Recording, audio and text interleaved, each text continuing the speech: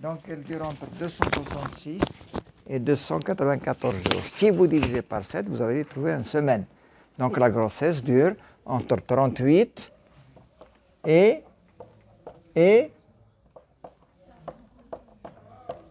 42 semaines. Donc, la grossesse dure entre 38 et 42 semaines. Si on compte en mois, c'est à peu près 9 mois, mais on ne parle jamais en mois. Donc, ce nombre de jours, la durée de la grossesse, elle est calculée à partir de quoi?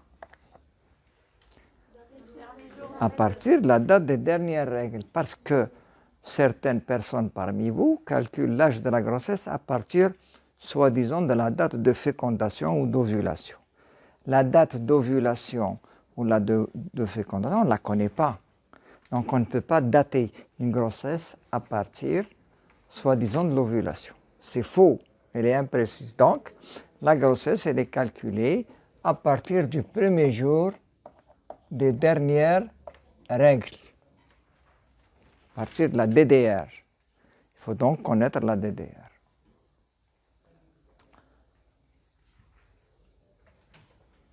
Donc, la grossesse elle se divise en 3 périodes.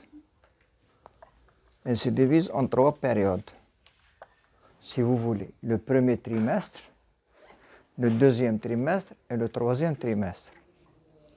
Donc, c'est à peu près 13 semaines, 26, 27 et 38. 38, 40 à peu près. Hein. Lorsque l'expulsion, l'accouchement ou l'avortement a lieu au premier trimestre, on dit que c'est un avortement précoce. Quand l'accouchement se fait ici au premier trimestre, on dit que c'est un avortement précoce. Lorsqu'il se fait au deuxième trimestre, on dit que c'est un avortement tardif. Et lorsque il se fait avant la 38e semaine, 37 semaines, on dit que c'est un accouchement,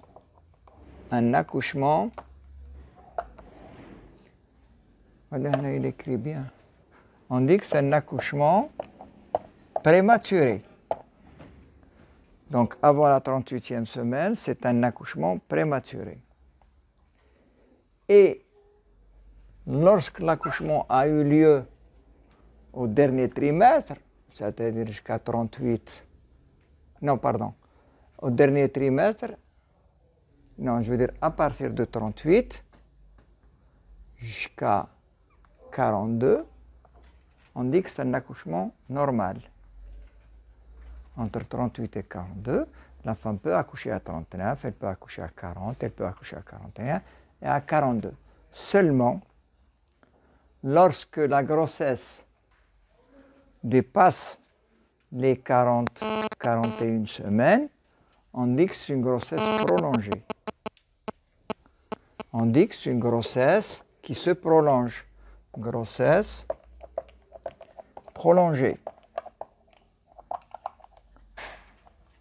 Et si elle dépasse 41 semaines, plutôt 42 semaines, on dit que c'est un dépassement. C'est un dépassement de terme. Voilà, donc je vous ai donné les différentes étapes de la grossesse. Premier trimestre, deuxième trimestre et troisième trimestre. Ici, c'est un avortement précoce, ici, c'est un avortement tardif, ici, c'est un accouchement prématuré. La femme accouche à terme à partir de 38 semaines, c'est un accouchement à terme.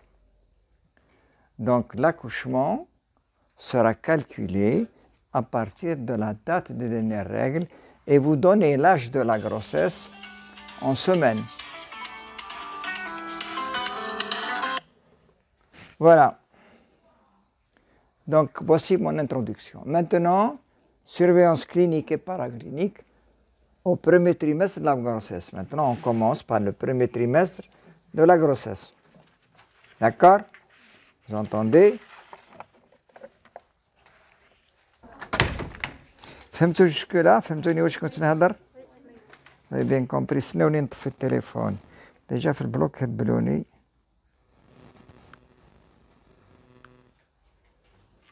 très bien donc surveillance au premier trimestre de la grossesse et au premier trimestre de la grossesse il faut d'abord commencer c'est le diagnostic de la grossesse diagnostic de la grossesse.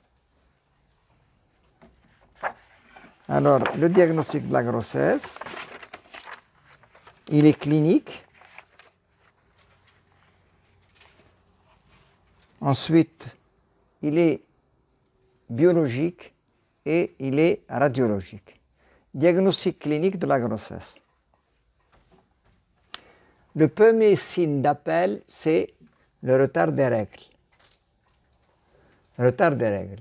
Donc, chez une femme antérieurement bien réglée, qui a un cycle régulier, tout retard de grossesse doit faire évoquer, tout retard de règles doit faire évoquer une grossesse. Le premier temps, quand une femme consulte, et elle vous dit, docteur, mariée ou pas, hein, elle vous dit, docteur, j'ai pas eu mes règles depuis, j'ai un retard 3, 4, 5, 6 jours, vous pensez à la grossesse. Donc, vous devez éliminer donc la grossesse.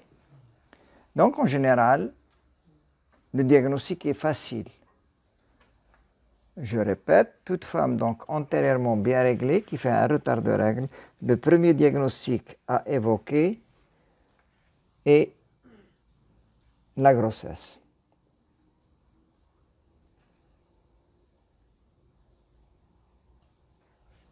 Donc, chez une femme qui est par exemple suivie, une femme qui est suivie pour infertilité ou là pour un problème pathologique, en général, ces femmes-là, elles ont une courbe de température. Donc, la femme qui a une courbe de température et qui vient vous dire, docteur, j'ai pas eu mes règles, vous consultez la courbe de température, comme ça, et puis si la courbe de température est biphasique, phase folliculaire, phase progestative, et que la phase lutéale se prolonge, donc diagnostic, si vous voulez, avec, mais jamais on ne pose le diagnostic de la grossesse avec la courbe de température, sauf chez les femmes qui désirent une grossesse, qui font une surveillance. Par exemple, vous lui demandez, faites-moi une courbe, je vous ai dit la dernière fois qu'il faut vous demander à la femme, faites-moi une courbe de température pendant 3 mois pour voir, et pour voir si elle ovule ou pas. Et cette femme vient vous voir, elle vous dit, voilà, j'ai pas eu mes règles, mais la courbe de température est biphasique et elle se prolonge. Donc, à partir de la courbe de température, on peut poser le diagnostic de la grossesse, mais c'est un peu tiré par les cheveux. Alors, maintenant, si une femme ignore ses dernières règles, ou bien lorsque lorsque la femme a des cycles irréguliers, ou bien lorsque la femme est en aménorrhée, c'est-à-dire elle fait une aménorrhée secondaire, comme ça, ou bien parfois elles sont sous pilule progestative qui donne des retards. Normalement, sous pilule, elle n'est pas enceinte. Ou bien certaines femmes qui sont sous pilule, par exemple, elles font des retards. Là, le diagnostic est difficile. Et donc là, il faut faire un examen clinique. D'accord? Donc une femme qui a, par exemple, généralement, les femmes qui sont sous traitement progestatif, les femmes qui sont parfois sous pilule, il y a des, on verra plus tard quand on va vous traiter les aménorrhées, certaines femmes sont sous pilule et puis elles font une aménorrhée post-pilule, ça existe. Donc vous ne savez plus si elle est enceinte ou pas. Donc le premier élément pour commencer à faire ce diagnostic, c'est l'examen clinique. Alors, si maintenant la date des dernières règles n'est pas précise, ou bien si la femme a une aménorrhée secondaire, donc il faut faire l'examen clinique. Et à l'examen clinique, il y a des modifications. Il y a des modifications que nous allons voir. Donc on va voir modifications cliniques au cours de la grossesse. Et on va commencer par l'examen au spéculum.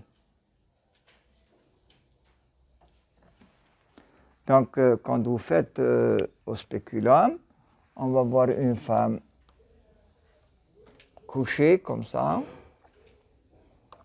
Je ne sais pas pourquoi ce... Hena, il écrit bien, hein? Et là-bas, il n'écrit pas bien. Voici l'utérus, voici le vagin. Donc, vous avez une femme qui est en aménorrhée secondaire, les règles médiouches, donc vous allez chercher un diagnostic de grossesse, cliniquement. Donc, le premier geste que vous allez faire, c'est l'examen au spéculum. Alors, l'examen au spéculum va montrer l'examen du col. L'examen du col. Normalement, un col en dehors de la grossesse, un col normal, il est de couleur rose, rose pâle. Rose pâle, avec, ça dépend quelle période du cycle vous examinez, avec la présence d'une glaire qui peut être filante, qui peut être limpide, claire, ou bien si vous examinez la femme en deuxième phase du cycle, il n'y a pas de glaire, donc c'est une glaire opaque. Donc quand vous examinez une femme qui a un retard de règles, le col qui est rose pâle, si la femme est enceinte, le col devient brun, à peu près lilas, la couleur lilas. Les fleurs, vous connaissez les fleurs de lilas? Les fleurs, les lilas? Non, c'est pas à Batra qu'il y a des fleurs. Hein? Très bien, donc plaisante. Donc le col, il devient à peu près brun, couleur à peu près lilas, comme les fleurs de lilas. Sinon, si vous cherchez un autre signe, c'est la glaire cervicale. Si la femme est enceinte, en général, il n'y a plus de glaire cervicale. Après donc l'examen au spéculum, on va faire le toucher vaginal. Le toucher vaginal, bien sûr, la femme est en position sur une table, en position gynécologique, et il faut avoir la vessie vide. Parce que quand la vessie est pleine, votre examen combiné au palpé, parce que vous mettez le toucher et vous faites le palpé. L'examen toucher vaginal combiné au palpé, il ne faut pas que la vessie vienne gêner si elle est pleine. Donc, il faut que la vessie soit vide. Donc, vessie vide. Alors, le col de l'utérus, le premier examen, quand vous touchez, vous allez toucher le col. Le col de l'utérus en dehors de la grossesse, quand vous faites le toucher comme ça, dans le vagin, vous touchez le col. En dehors de la grossesse, le col est dur. Lorsqu'il y a une grossesse, le col devient un peu plus mou. Table gynécologique. Un peu plus mou. Et à partir à peu près, parce qu'un cycle, il dure 4 semaines. Depuis le premier jour des règles jusqu'aux prochaines règles, c'est 4 semaines, un mois. Et si la femme est enceinte, donc il faut rajouter 1 ou 2 semaines. Le début de la grossesse, c'est à peu près 5-6 semaines. Donc, le toucher vaginal va montrer un col qui est mou, qui n'est plus dur, et un utérus qui est augmenté de volume. L'utérus est augmenté de volume.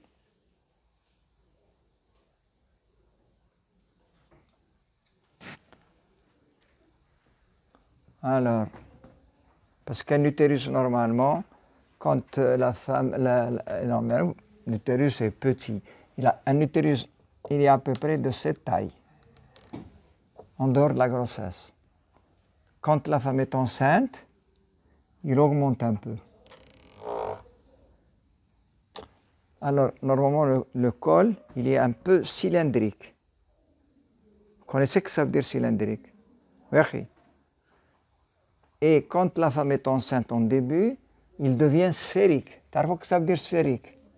Hein? Tu sais la sphère? Comme un ballon. Donc, voici un utérus comme ça, normal.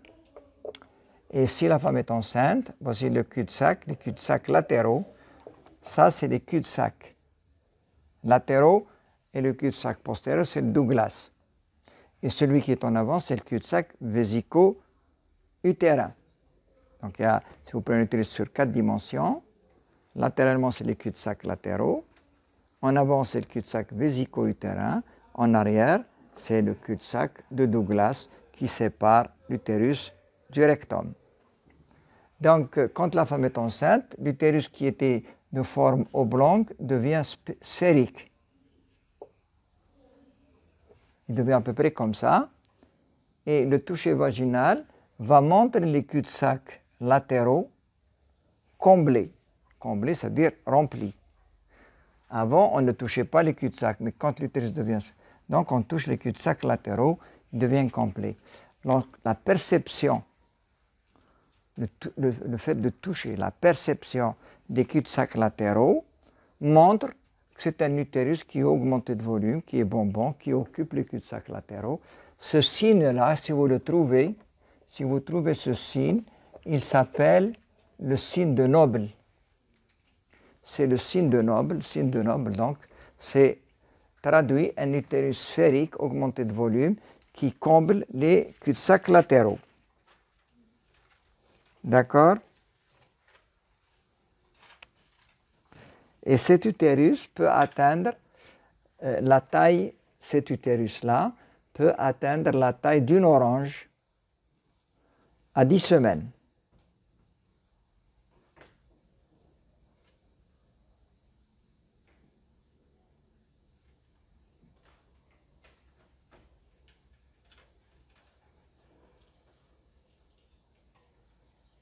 Très bien.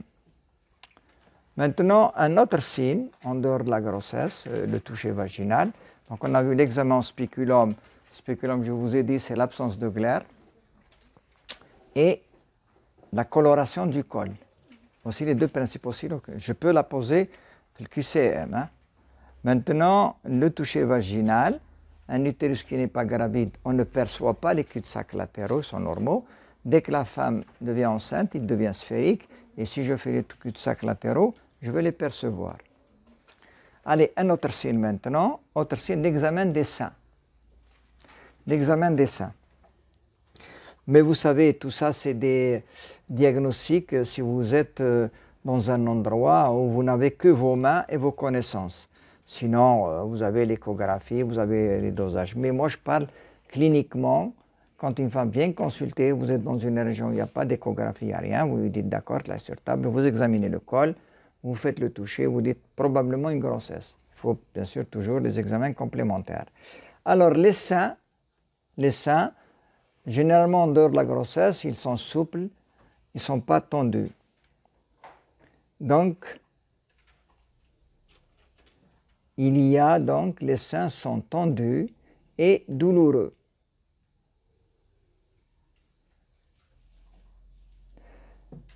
Donc, les seins augmentent de volume, ils sont douloureux. Et puis, au niveau du mamelon, quand vous prenez le sein comme ça, au niveau du mamelon ici, il y a une hyperpigmentation des tubercules. On appelle ça les tubercules de Montgomery. Donc, il y a une augmentation du volume des seins qui deviennent lourds, donc tendus. Et l'aréole du sein, l'aréole c'est au niveau du mamelon, elle va bomber donc. Et il y a une augmentation du nombre de tubercules, les petits points autour du mamelon brunâtre. Ça c'est clinique. Et il y a un autre signe qui est inconstant. Il y a les signes sympathiques de la grossesse. Les signes sympathiques de la grossesse, ils ne touchent pas toutes les femmes. Hein. Il y a certaines femmes qui n'ont aucun signe. Les signes sympathiques de la grossesse, ce sont les nausées, les vomissements. Certaines ont des troubles neurologiques, des insomnies, des tremblements, même des fois des signes d'hyperthyroïdie, d'hyperthyrotoxicose. Mais ça dépend des femmes. Il y a des femmes qui se sentent très bien. Elles ne savent même pas, certaines femmes, dès qu'elles commencent à vomir, à cracher, à avoir une scialorée comme ça, elles disent « je sais que je suis enceinte ». Par contre, il y a certaines femmes qui ne sentent rien. Elles consultent comme ça par hasard chez le médecin et lui dit j'ai senti une petite pesanteur dans le ventre, je ne sais pas ce que c'est. Le médecin, il l'examine, il fait une écho, il dit mais madame, vous êtes enceinte. Vous voyez, des fois, elles ne sentent rien. Mais bon, certaines femmes ont des grossesses très pénibles par des signes sympathiques exagérés, etc. Voilà donc l'examen clinique de la femme au premier trimestre pour savoir si elle est enceinte ou pas. L'examen clinique. Interrogatoire, spéculum, toucher vaginal, examen des seins. On va confirmer ça. Maintenant, les signes biologiques. L'épreuve de la grossesse. Alors, l'épreuve de la grossesse.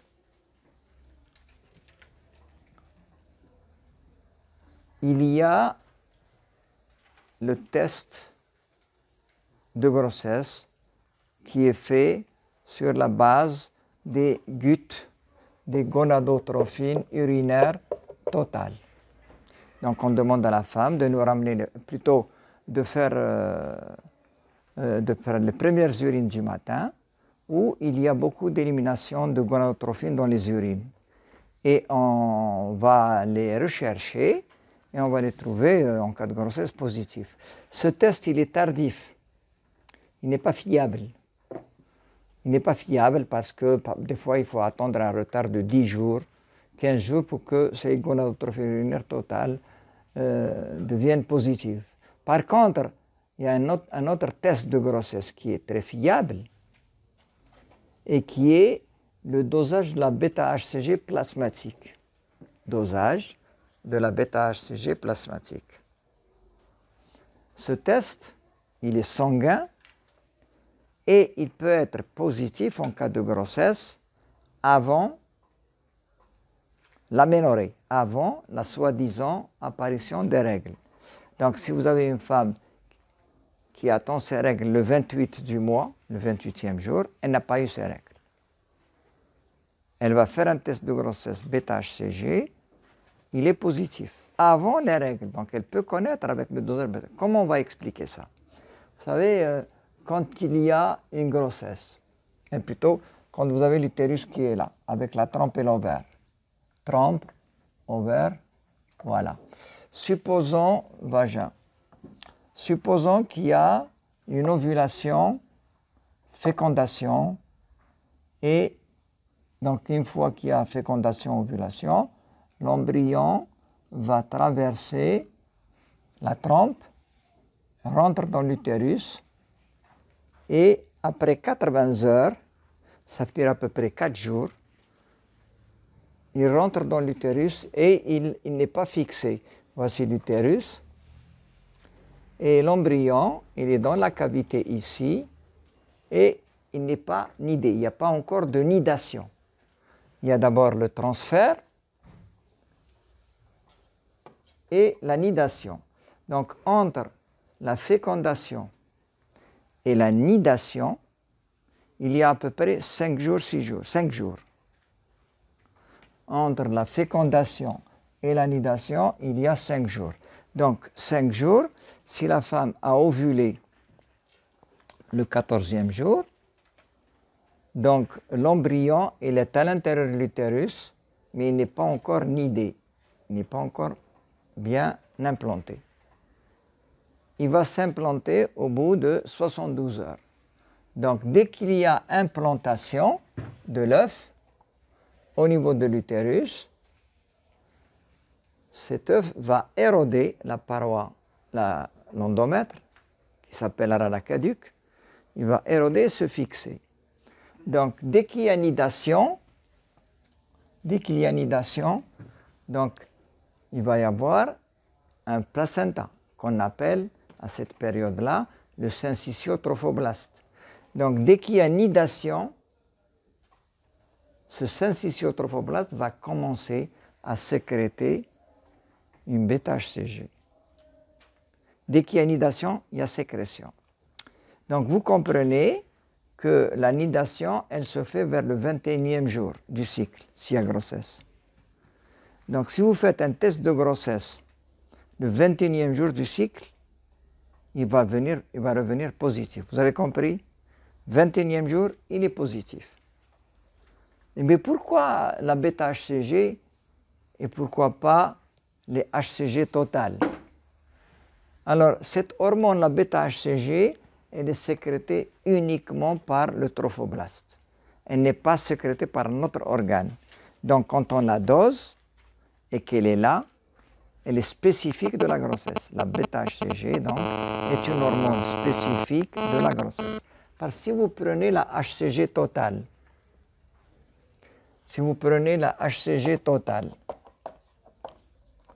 la HCG, l'hormone chorionique, elle a deux bras, deux chaînes. Il y a la chaîne alpha, vous la connaissez, et la chaîne bêta. La chaîne alpha et la chaîne bêta. Bêta LH, bêta FSH, bêta HCG, etc. Et alpha LH, alpha FSH, alpha TSH, alpha bêta HCG. Donc les deux hormones. Donc la seule hormone qui est sécrétée, vous comprenez très bien que dans la bêta HCG, vous n'allez pas demander la bêta HCG. Parce que quand vous demandez bêta HCG, vous allez recevoir le résultat de la alpha et de la bêta. De la alpha TSH, la alpha LH, la alpha FSH. Donc ils vous répondent 300, vous dites c'est une grossesse. Alors que c'est faux. Vous avez compris? Non? Vous n'avez pas compris?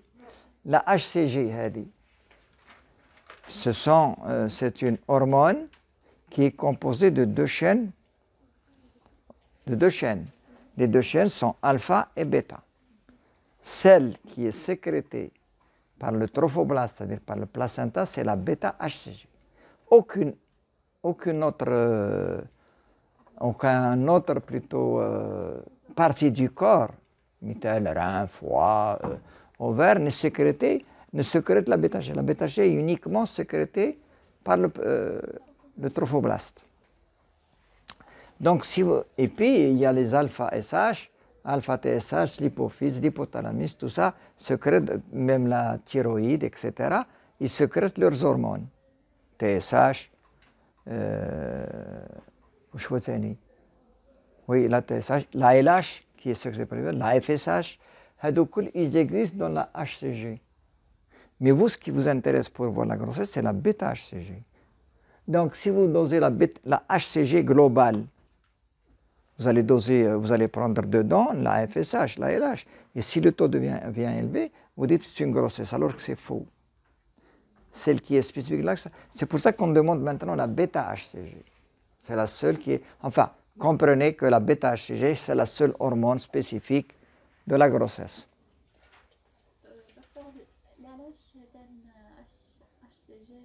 La LH. Elle fait partie de l'HCG. Mais il dit que la HCG fait deux branches. La alpha et la bêta. L'alpha LH, l'alpha TSH, l'alpha FSH, etc. Donc si vous demandez la HCG globale, bêtement, mais il dit que l'hypophyse sécrète deux hormones, FSH et LH. Et au 14e jour, il y a un pic de LH qui va provoquer l'ovulation. Et donc, si vous dosez, par exemple, la bêta-HCG, plutôt vous dosez la HCG, la LH est comprise dedans. Et vous allez trouver un test positif. Alors que c'est faux. Vous avez dosé toutes les hormones globales de la HCG. Pour dire qu'elle est enceinte, pour dire que c'est une grossesse, c'est la bêta-HCG, c'est une seule hormone qui est sécrétée par le syncytiotrophoblaste qui appartient à la grossesse. Voilà. Donc le dosage de la bêta-HCG plasmatique, si la femme est enceinte, il peut être positif à partir de l'implantation, à partir de la nidation ou l'implantation, kiff. Donc chez une femme enceinte, si vous dosez la bêta-HCG le 24e jour du cycle, il revient positif. Vous avez compris? Voilà. Donc, c'est la bêta-HCG. Alors, vous êtes au premier trimestre, vous découvrez qu'elle est enceinte. Alors maintenant, qu'est-ce qu'il faut faire? Deuxième examen qu'on va demander après la bêta-HCG, alors on va faire l'échographie. L'échographie, maintenant, c'est un examen indispensable. C'est un examen indispensable qui va permettre de donner une date à la grossesse. Une date à la grossesse. Alors, quand on fait une échographie, c'est pour rechercher à l'intérieur de l'utérus, un sac. On va chercher un sac. Ça s'appelle le sac. Ça s'appelle le sac gestationnel intra-utérin. Le sac gestationnel intra-utérin. Vous avez compris? Alors, si vous le trouvez, vous dites qu'elle est enceinte. Si vous ne le trouvez pas, vous dites que je n'ai pas enceinte. Pourquoi peut-être elle n'est pas enceinte? Parce que le sac gestationnel, il est visible. Il est visible à l'échographie. Il y a deux types d'échographie. Il y a l'échographie conventionnelle suspubienne et il y a l'échographie endovaginale. L'échographie endovaginale, elle est au contact direct avec l'utérus, alors que l'échographie suspubienne, il y a une distance loin de l'utérus. Donc, l'échographie endovaginale va donner un diagnostic plus précoce que l'échographie pelvienne. Alors, ce sac gestationnel, il est visible à l'échographie endovaginale. Le sac gestationnel, il est visible à l'échographie endovaginale vers la 4e, 5e semaine. Si vous faites une échographie endovaginale, comme ça, vous allez voir le sac vers 4-5 semaines. Si on fait une échographie suspubienne, le sac n'est visible qu'une semaine plus tard, vers la 5e, 6e semaine. Donc vous écrivez que le sac gestationnel intra-utérin est visible à l'échographie endovaginale vers la 4e, 5e semaine, si vous êtes pressé.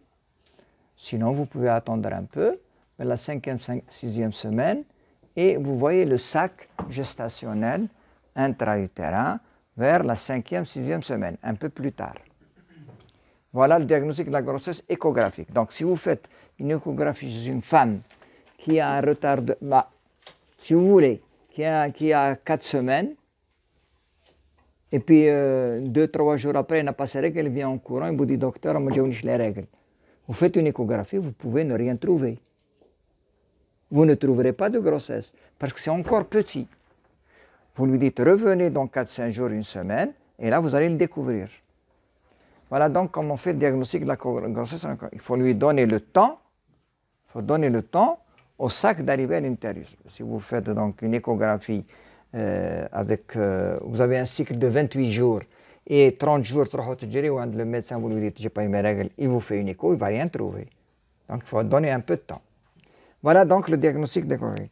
Alors, dans le sac gestationnel, il y a le sac, c'est vrai, et puis il y a l'activité cardiaque. Vous allez voir le cœur qui bat. Et donc, quand vous découvrez que vous posez le diagnostic de grossesse intra-utérine, sac gestationnel intra-utérin, vous dites maintenant, est-ce que la grossesse est évolutive, elle est normale ou pas? Donc, vous allez chercher le cœur, l'activité cardiaque. Donc, la recherche de l'activité cardiaque, elle est visible qu'à partir de la 7e, 8e semaine. 7e, 8e semaine.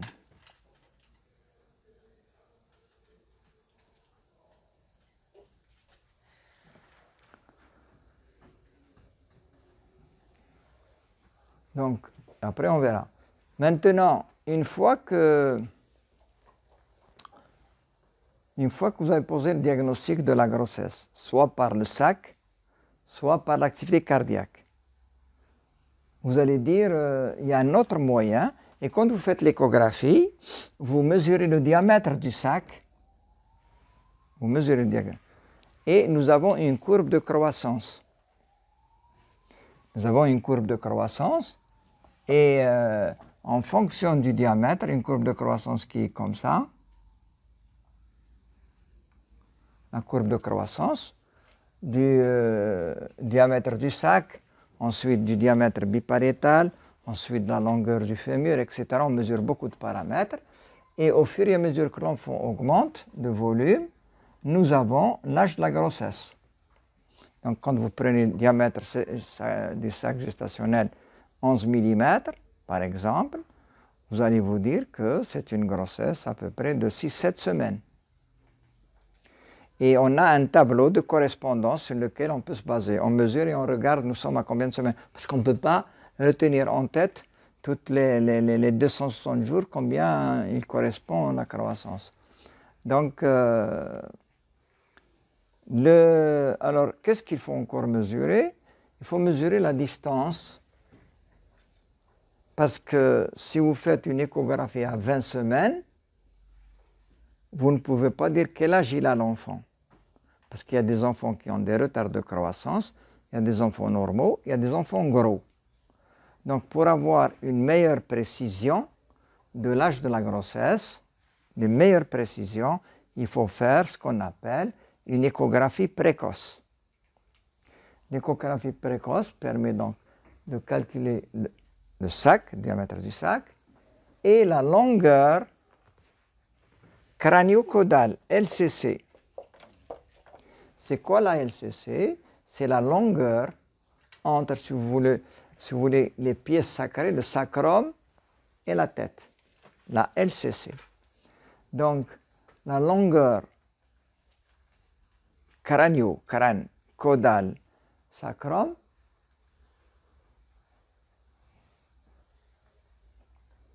la mesure donc de cette LCC et de ce sac donne des précisions sur l'âge de la grossesse. Mais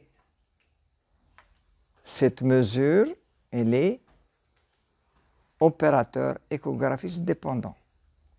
Par exemple, vous savez, il y a un échographiste qui met les deux spots ici, l'autre il le met un peu plus haut. Et donc on va trouver, il va trouver 12, il va trouver 10. Donc ça dépend de l'opérateur. Chacun, c'est opérateur. Mais généralement, le risque d'erreur dans l'âge de la grossesse, si on peut se tromper entre deux radiologues, c'est à peine de 3 à 4 jours. Ce n'est pas beaucoup. Pourquoi l'échographie précoce est-elle importante? L'échographie précoce est importante parce qu'il y a des femmes qui ignorent ces dernières règles. Vous lui dites, quand vous avez vos règles, là il vous dit, je ne me rappelle plus. Je ne me rappelle plus. Alors, puisqu'elle ne se rappelle plus, on lui demande, est-ce que vous avez fait une échographie précoce au premier trimestre de la grossesse? Elle peut vous dire oui. Vous lui dites, montrez-moi l'échographie précoce, et elle va vous montrer une échographie le jour où elle a eu son sac. Donc le jour où elle a eu son sac, et le sac, je sais que c'est à peu près 5-6 semaines, donc je calcule l'âge de la grossesse à partir de l'échographie précoce. Vous avez compris l'intérêt de l'échographie précoce? C'est pour dater, donner une date à la grossesse. L'échographie précoce, elle est importante. L'échographie précoce est importante, elle permet de donner une date à la grossesse. Pourquoi donner une date à la grossesse? Qu'est-ce que ça peut vous foutre? Eh bien, ça peut servir.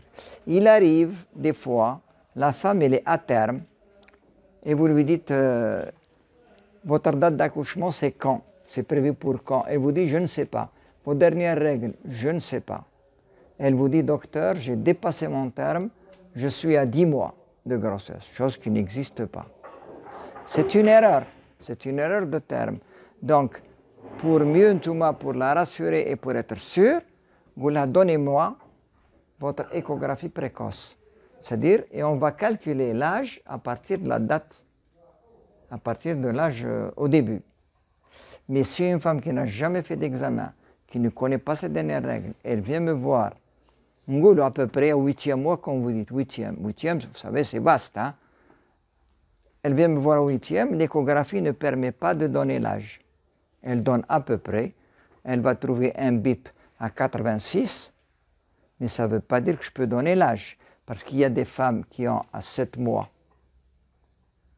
qui sont à 35 semaines, elles ont un bip à 86. Il y a des femmes qui sont à 32 semaines, qui ont un bip à 94. Ça dépend du macrosomie. Il y a des enfants gros. Leur fémur est gros, la tête est grosse, etc. Donc l'échographie tardive, plus tard, elle ne sert pas, elle ne sert à rien. Elle permet juste pour dire qu'il n'y a pas de malformation, présentation céphalique, macrosome, retard de croissance hypotrophe, c'est tout, mais elle ne peut pas vous donner l'âge. L'âge, vous devez faire attention, c'est au début de la grossesse que vous avez une idée sur l'âge. C'est là le repère TACM. D'accord? C'est votre date de naissance. Monsieur, Ah. monsieur 5-6 semaines de DDR, Choix? le sac gestationnel. Hey. Donc, on a 5 à 6 semaines. C'est l'âge de l'enfant, là, 5-6 semaines depuis le DDR. فهمتوا la question تاعو؟ ما فهمتوهاش؟ ميم شوز ايه واش راك تخلط؟ دي دي ار ولا لاج دو لونفون واش؟ نو نو ما تهضرليش انا قلت لك ما تهضروليش تحوس لي على لا فيكونداسيون وطلع هاني قلت لكم باش تحكيو الحكايه هذه شكون قال لك لا فيكوندي في تيل جور؟ Vous avez un seul repère qui est connu, c'est la DDR. La fécondation, comment tu fais? Donc l'âge de la grossesse, il est exprimé. Attention pour les exercices.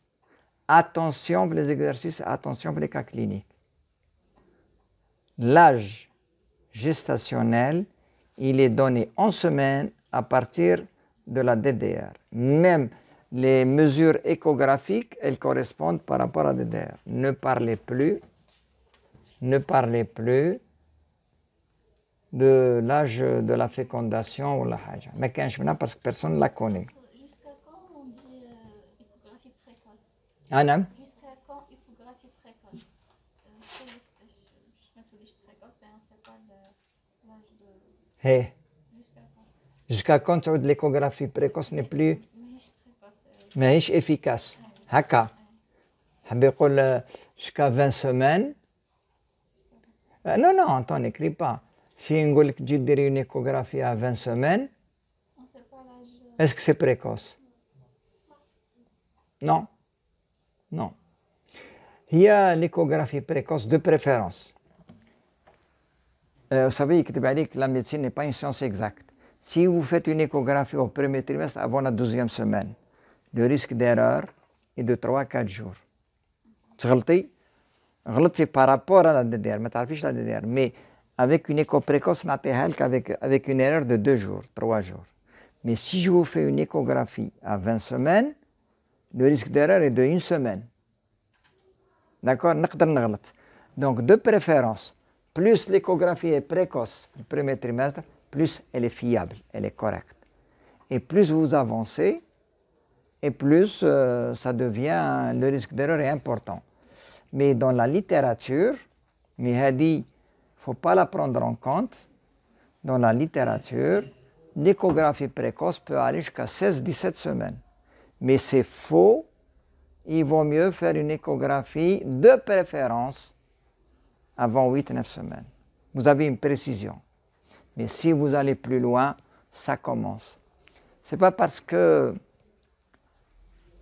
un homme a les cheveux blancs ou l'autre il a les cheveux noirs qu'il y a une grande différence d'âge. Ça ne veut rien dire. Je connais des étudiants qui sont à peine comme vous, comme ça en 5e année, qui ont déjà des cheveux blancs. D'accord? La même chose hein, pour la dentition.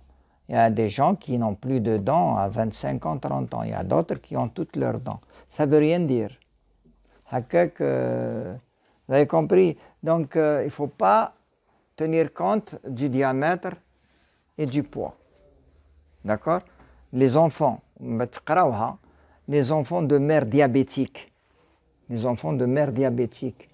ont des gros enfants, 4-5 kilos.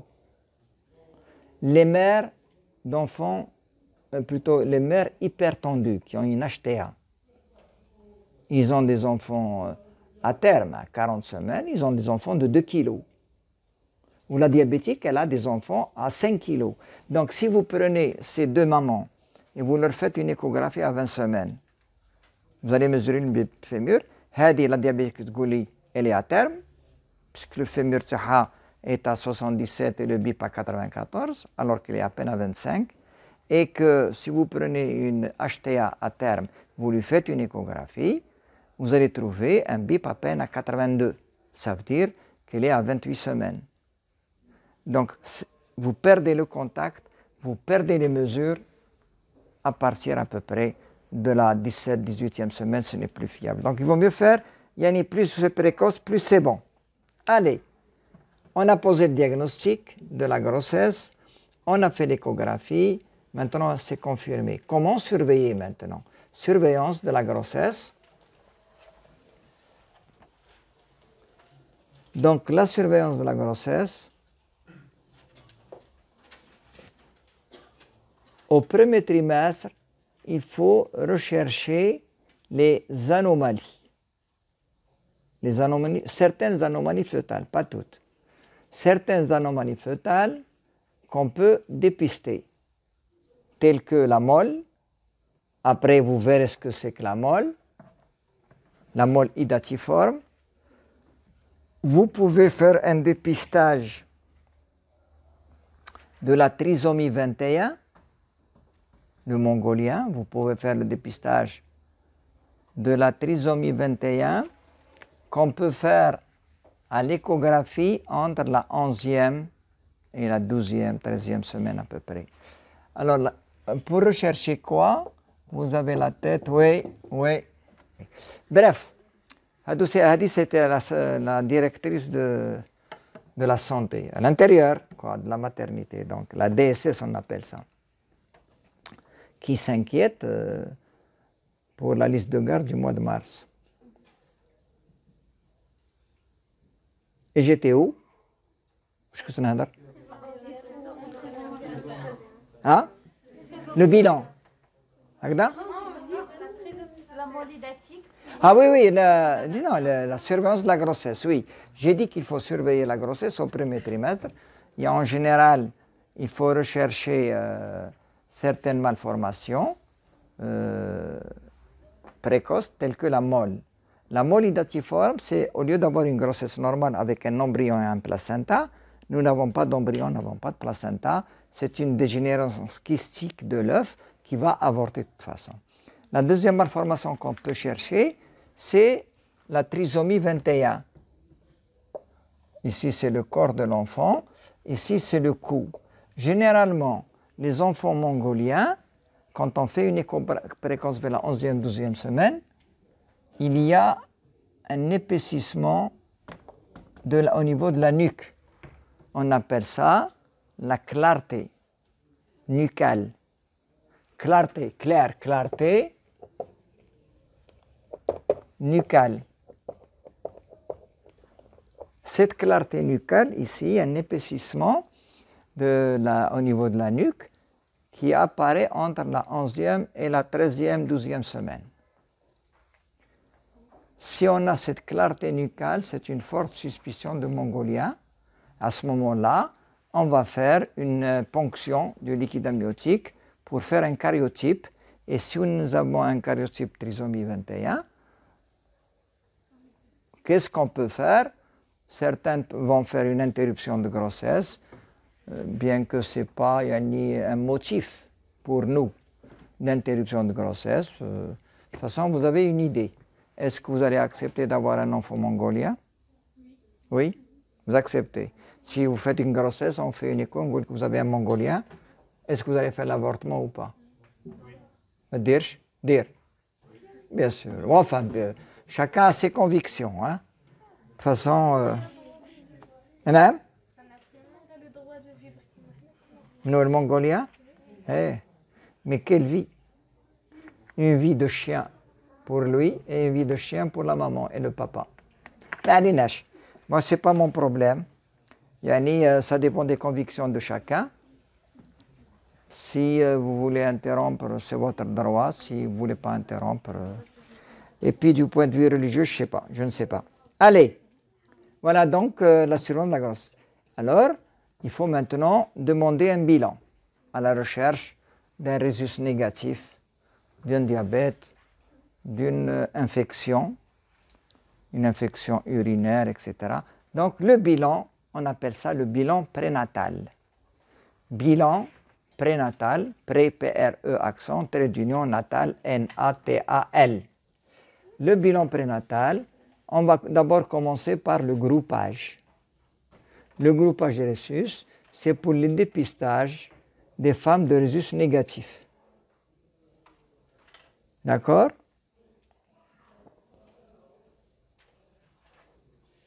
Ensuite, on doit demander la recherche des agglutinines irrégulières pour détecter la recherche des agglutinines irrégulières pour détecter, dépister une iso-immunisation résus. On va faire ce cours, vous allez le faire plus tard. Donc le premier test, le premier prélèvement, c'est le groupage, c'est très important. En cas d'hémorragie, au moins vous connaissez le groupage pour transfusion. Le résus, c'est à la recherche d'incompatibilité résus, quand par exemple la femme est de résus négatif, homozygote bien sûr, et le mari, résus positif, hétérozygote ou là homozygote. De toute façon, quand on va faire ce cours, de toute façon, un enfant, plutôt une maman de résus négatif, quand elle se marie avec un homme de résus positif, s'il est hétérozygote, on va avoir 50% d'enfants négatifs et 50% d'enfants positifs. Et s'il est homozygote, grandé, on aura tous les enfants de résus positifs. Et donc, probablement, ça va poser des problèmes d'incompatibilité fœto-maternelle. Comme vous allez voir après. Donc, groupage de résus obligatoire, premier examen. Ensuite, la recherche des agglutinines irrégulières.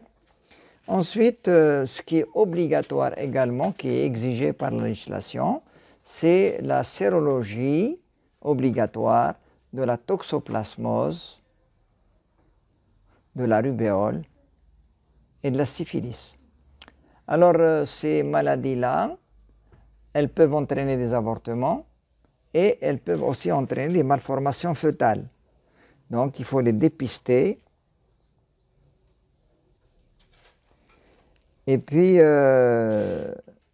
faut faire un dépistage aussi de l'HIV.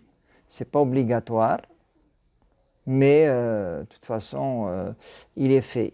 Mais on va mieux le demander. Maintenant, on demande aussi les sérologies de l'HIC, l'hépatite C et B, et le dépistage de l'hépatite B. Ils sont un peu obligatoires. Vous savez, donc, ces sérologies-là, surtout pour la toxoplasmose, si vous avez fait une sérologie de la toxo et qu'elle revient négative, ça veut dire que la femme n'est pas immunisée. Il faut refaire le test de la toxo une fois par mois. Il y a d'autres sérologies telles que la rubéole. Alors, normalement, toutes les femmes doivent avoir un bilan prénuptial. Avant le mariage, toutes les femmes doivent connaître leur sérologie. Parce qu'après, les femmes ne font pas du tout de sérologie, même pas un groupage. Une fois mariée et elle est enceinte, elle vient, on lui demande un bilan, on trouve par exemple sérologie de la toxo à 50 ou de la rubéole à 50. Alors, je ne sais plus. Bien sûr, il y a les IgE, les IgM, et puis le contrôle dans 3 semaines. Donc, on ne sait plus si c'est une infestation récente ou là, c'est une immunisation. Quand on ne connaît pas les sérologies antérieures avant le mariage. Donc, il vaut mieux, pour les jeunes filles, il vaut mieux faire votre bilan maintenant, ou bien la veille de votre mariage, pour savoir si vous êtes immunisé ou pas. Parce qu'une fois enceinte, on ne sait plus si tu es immunisé ou là, c'est une infestation récente. Et c'est très important. Une infestation récente, c'est très grave. Une immunisation, c'est parfait. Donc, dépistage des sérologies. D'accord?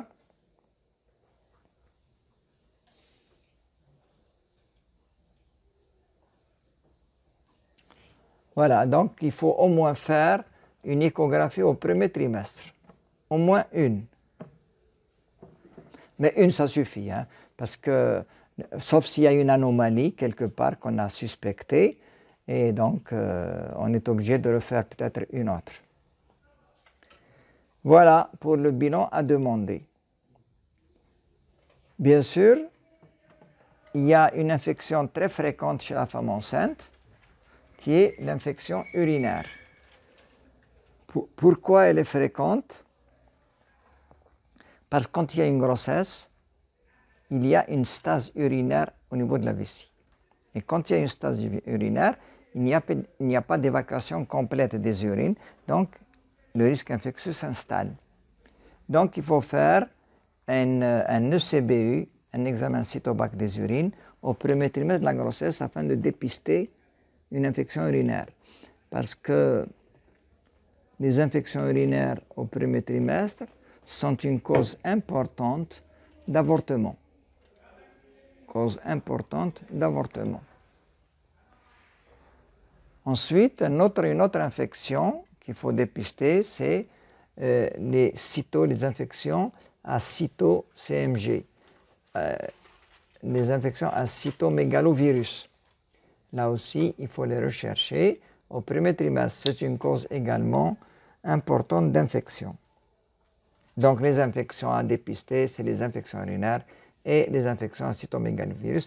Bien sûr, je ne parle pas de l'HIV, l'HIC et l'HB, l'hépatite virale B. Voilà le bilan qu'il faut demander. Madame?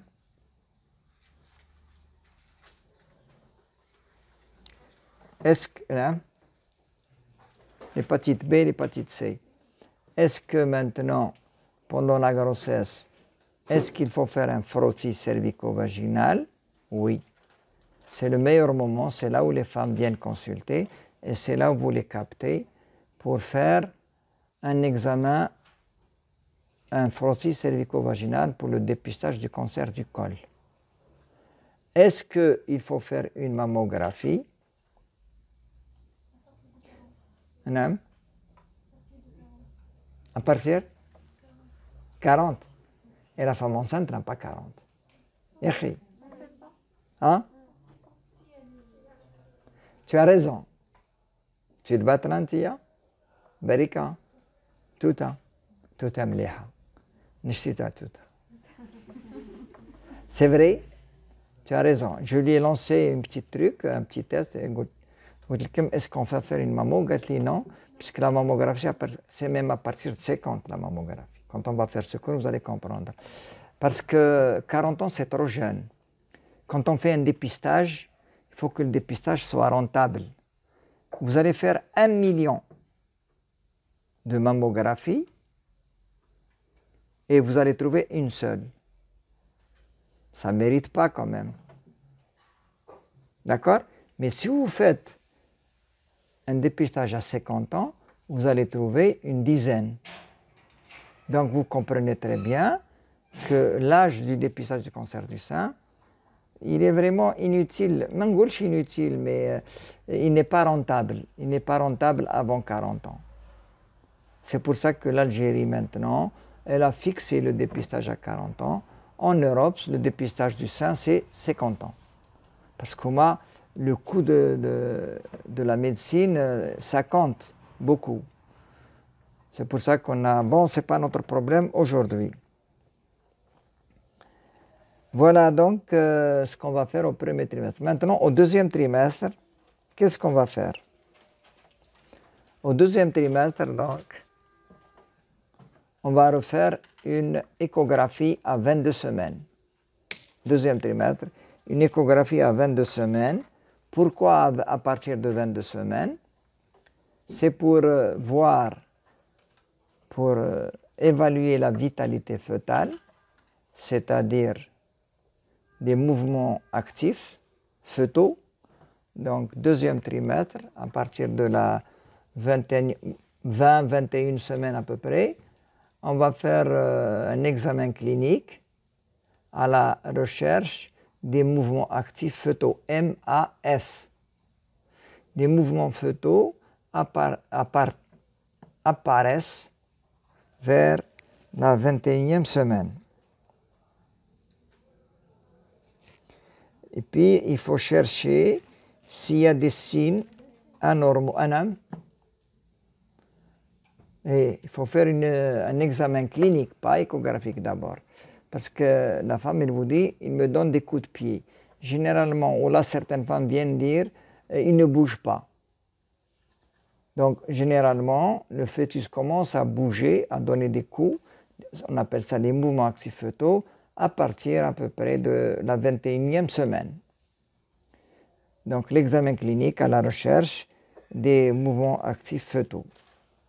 Ensuite, c'est un trimestre, généralement c'est un trimestre qui est calme, le deuxième trimestre.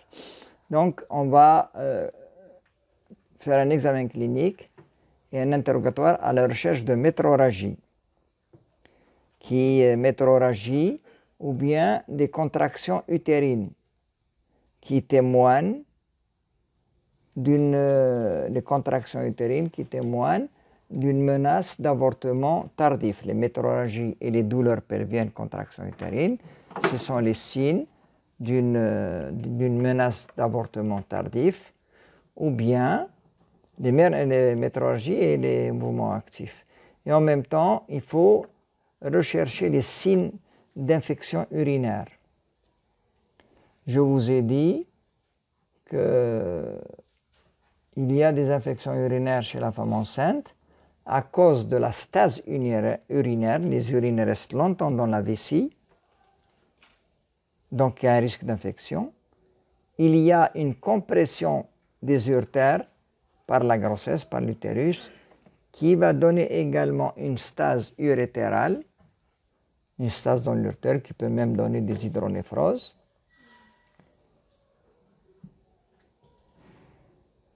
Il y a une stase urinaire à cause des hormones, la progestérone.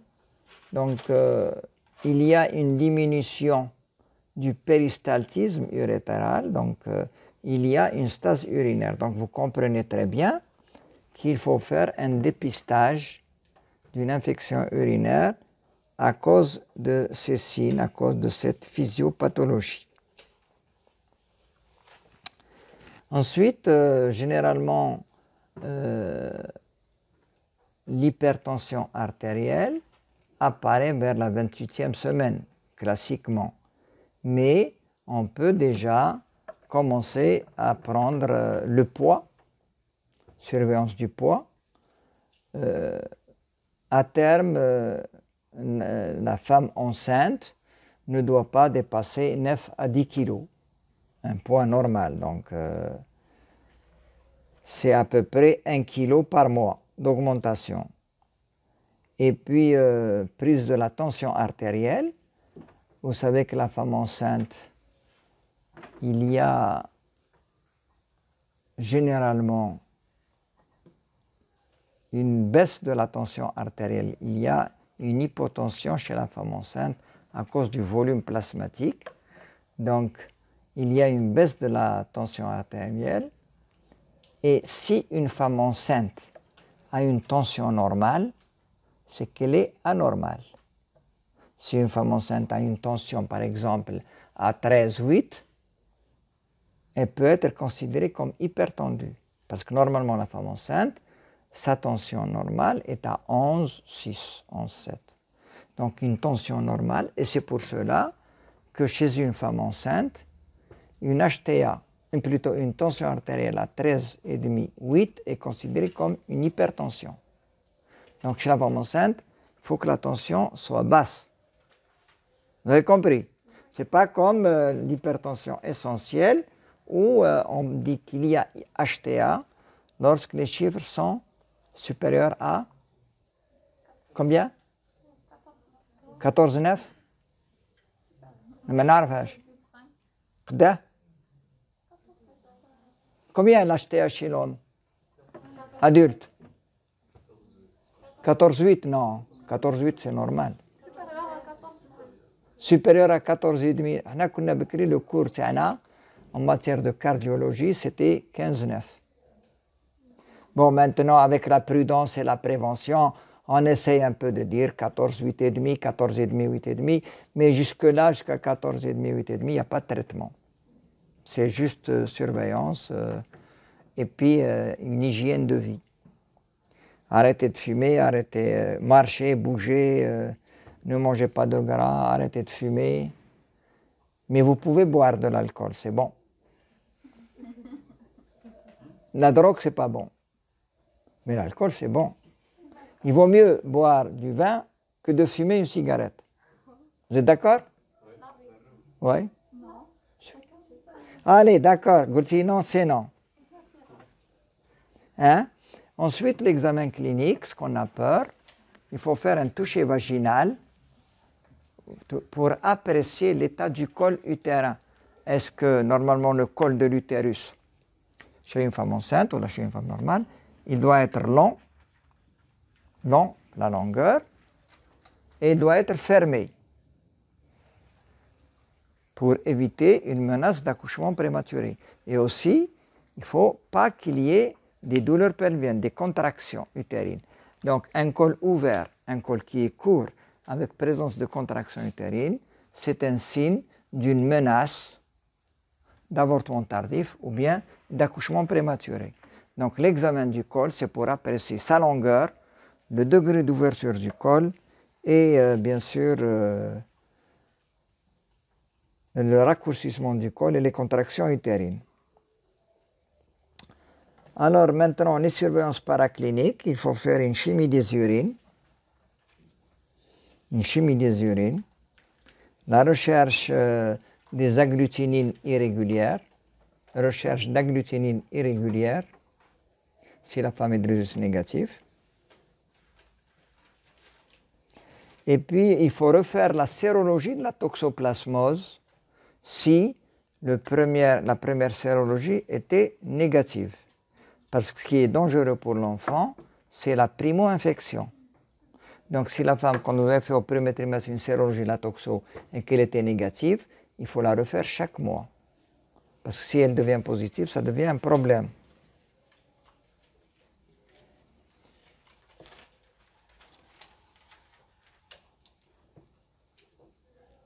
Ensuite, au deuxième trimestre, généralement, à partir de la 24e semaine, vous allez le voir aussi dans le cours sur le diabète et grossesse, à partir de la 24e semaine, le placenta va sécréter une hormone, l'HPL, l'hormone placentaire lactogène, qui a une action hyperglycémiante.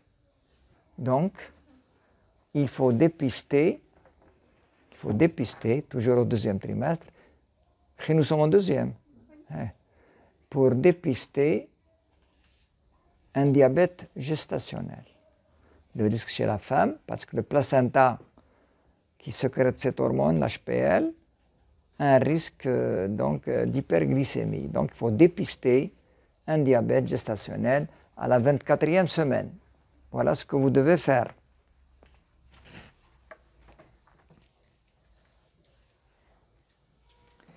Bien sûr, durant cette deuxième trimestre, les malformations deviennent visibles. Au premier trimestre, les malformations ne sont pas visibles. Il ne faut pas rechercher. Il ne faut pas rechercher les malformations au premier trimestre, sauf, bien sûr, pour la mole ou la trisomie 21, qui est dépistée vers la 11e, 12e semaine. Sinon, on ne cherche pas. Les malformations fœtales, par exemple, plutôt, sont recherchées au deuxième trimestre. Et généralement, on va chercher les malformations squelettiques, c'est l'absence d'un membre, un pied qui manque ou là une main qui manque. On va rechercher s'il y a un doigt qui manque ou pas, donc on va chercher les malformations. Mais que ça ne sert à rien. Mais des fois, on est averti. Donc, on va rechercher les malformations urinaires, surtout les agénésies rénales, qui sont incompatibles avec la vie. Donc, malformation urinaire, malformation digestive qu'il faut rechercher. Ça donne des images, donc il faut les rechercher. Et puis, les malformations du tube neural, les anencéphalies, l'absence de cerveau, et les anomalies, l'ouverture du tube neural, telles que l'anencéphalie, ANE, A-N-E-N-C-E, phalie, PH. L'anencéphalie, c'est l'absence de voûte crânienne. Et l'hydrocéphalie, c'est un épanchement liquidien au niveau du crâne. Donc on peut les rechercher facilement au deuxième trimestre de la grossesse. Anencéphalie, hydrocéphalie, et puis également les excès de liquide. Les excès de liquide, c'est-à-dire les acides fœtales, ou bien l'acide fœtal, ou bien l'hydramnios. L'hydramnios, c'est l'excès de liquide amniotique dans l'abdomen. Un liquide amniotique normal chez une femme enceinte, c'est 750 millilitres. Et quand il y a plus, on passe à l'excès de liquide, ça dépasse le 1 litre, et l'hydramnios, il peut dépasser 5 à 10 litres. Un gros ventre comme ça. Voilà donc les malformations qu'on va chercher au deuxième trimestre de la grossesse.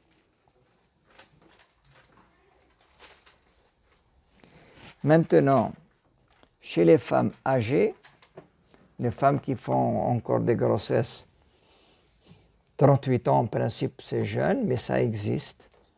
Donc les femmes âgées qui font des grossesses, les femmes de 38, 40, 42, ces femmes-là sont exposées à un risque élevé d'aberrations chromosomiques. Aberrations chromosomiques telles que la trisomie 21 ou d'autres malformations aussi congénitales. Donc, lorsqu'il y a une notion d'hérédité, de consanguinité, ou bien en général, en Europe, les examens sont accessibles, les examens sont faciles. On peut proposer une ponction du liquide amniotique à la recherche d'une malformation fœtale congénitale, telle que par exemple aussi la trisomie 21, le syndrome de Pato, les autres malformations congénitales chez l'enfant. Mais en tous les cas, pourquoi? Vous allez faire une amniosynthèse, une ponction du liquide chez une femme de 42 ans et qui a 42 ans et qui est enceinte. Donc vous dites, moi j'ai peur, il y des Mongoliens, je vais faire une ponction. Vous tirez le liquide, vous envoyez en cytologie, plutôt en cytogénétique, et ils vous répondent présence d'un, par exemple, une malformation type syndrome de Turner, syndrome testicule féminisant, trisomie 21, et puis la femme est enceinte, elle est à 28 semaines, 30 semaines. Qu'est-ce que vous allez faire? Vous allez faire l'avortement. En principe, moi je trouve que c'est des examens qui n'ont pas beaucoup d'intérêt pour nous, peut-être qu'il vaut mieux ne pas voir. Et parce que quand on va vous répondre à trisomie 21, qu'est-ce que vous allez faire? Vous allez tuer l'enfant, interrompre, c'est un peu méchant. Mais allez, Nash. En tous les cas, on n'a pas cette tradition chez nous, donc on accepte la naissance. Et puis, juste, vous vivez dans votre coin, Lena. Ailleurs, en Occident, en Amérique, lorsque la femme accouche d'un Mongolien, les parents ne le prennent pas. Ils le laissent à l'hôpital. Alors que chez nous, on les prend.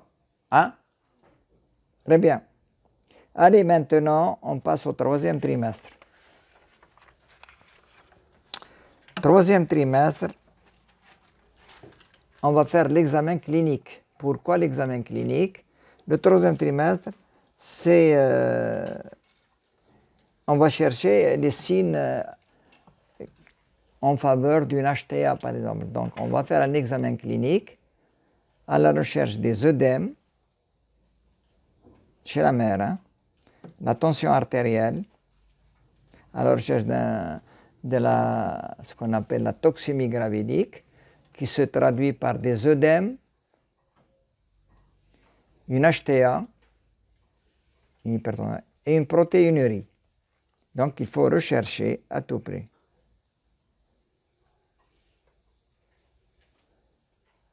Donc, au troisième trimestre, on va apprécier la vitalité fœtale. On va chercher la vitalité. On demande à la femme, est-ce qu'il a beaucoup de mouvements actifs par jour? En général, l'enfant doit avoir plus de 2 ou 3 épisodes de mouvements actifs. Oui, Abla. 2 à 3 mouvements actifs par jour. Des petits coups de pied qu'il donne. Wesh. هذوم externes. كاينين les internes هنا؟ بندية بنات ولا ذكورة؟ داكور عابلة. قدا في الساعة؟ 3h 3h30. هيا je termine. Donc voilà, généralement troisième trimestre, on cherche l'état de la mère, surtout à la recherche d'une toxémie gravidique. Donc il faut chercher la présence d'œdème, d'hypertension et de protéinurie dans la chimie des urines. Ensuite, il faut faire le pronostic de l'accouchement. Est-ce que cette femme va accoucher par voie basse ou par voie haute? Pronostic de l'accouchement. Donc, on va faire une estimation du poids fœtal. On fait une échographie fœtale pour voir la biométrie qui comprend le diamètre bipariétal, la longueur du fémur, la circonférence abdominale et on doit faire également un examen du bassin. On fait un toucher vaginal. Le bassin,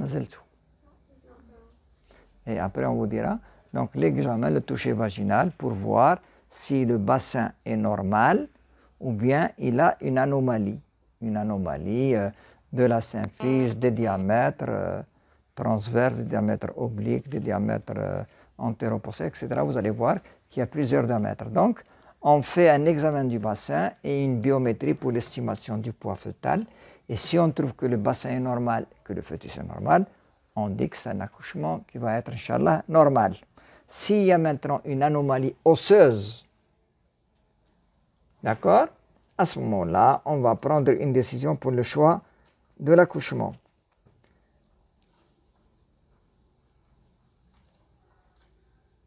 Et puis je crois que c'est tout. C'est tout. Le troisième trimestre, c'est surtout réservé deux principales choses. C'est la recherche de la toxémie et la deuxième, c'est la voie d'accouchement. Donc sur le pronostic, on fait une confrontation fœto-pelvienne. Si c'est compatible, donc vous rassurez la patiente, vous dites que votre accouchement, Inch'Allah, sera normal. Si maintenant il y a des anomalies entre le bassin et le fœtus, à ce moment-là, on va décider quelle voie d'accouchement on va choisir. Voilà ce que j'ai à dire pour la surveillance. Donc vous devez surtout, vous devez être à cheval.